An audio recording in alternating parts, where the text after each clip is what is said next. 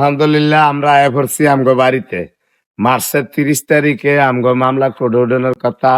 এলিগে আজকে আয়া পড়ছি আমগো বাড়িতে লাস্ট ফিনিশিং এর বাড়িতে আইতে হইছে। আমার দুইটা বাচ্চা ঢাকা লয়ে গেছিলাম বাড়িতে থিয়া যাম, মারা তো উড়িয়ে দিয়ে যামু। আমরা 10টা বাজে ছাত্র আমগো কোর্টে থাকুম।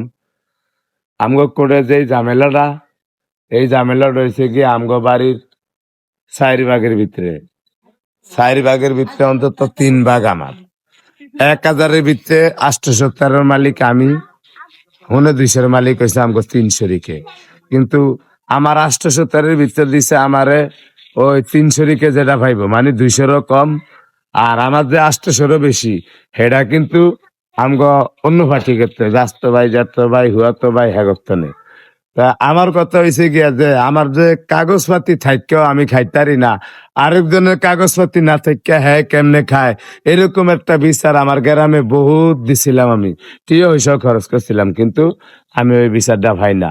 লাস্ট ফিনিশিং এ বাতের হোটেলের উচিলায় এই ডাকাত টানে আমারে 64 ডিস্ট্রিক্টের মানুষে এই হেল্পের উচিলায় লাস্ট ফিনিশিং এ আমার সানপুরের বায়াগরে লইয়া মামলা কুডুডিয়া আজকে মানে 2টা আউট একলগ হইব। আমরা 2টা আউট, আমরা নিজেরা 2টা আউট, আইনের লোক 2জন একলগ হইব, কাগজ দুজনের একলগ হইব।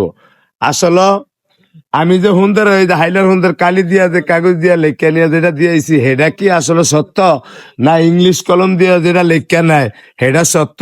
অন্তত আইজা একটা কিছু যাচাই বাছাই হইব। প্রতিবন্ধী হলে আইজা কথা কইব। আল্লাহ বাঁচাইলে প্রবাসী ভাইয়েরা, দেশের ভাইয়েরা আমগো একটু দোয়া করেন যেন আমি এই ভাইরালের উচিলে আমার বাপদাদার সম্পদটা একটু ভাই। আঙ্গ গ্রামের একটু সমস্যা, যেই ঘরে 8-10টা ভোট সেই ঘরের লোকের দাম আছে, যেই ঘরে বিদেশি 2-3 থায় সেই ঘরের মানুষের দাম আছে, যে গরুর ঘাস কাটে, লেবারি কাম করে, রিক্সা চালায়, অসহায় হেয়ার কোনো দাম নাই। মানে কুত্তার দাম আছে, অসহায় মানুষের দাম নাই।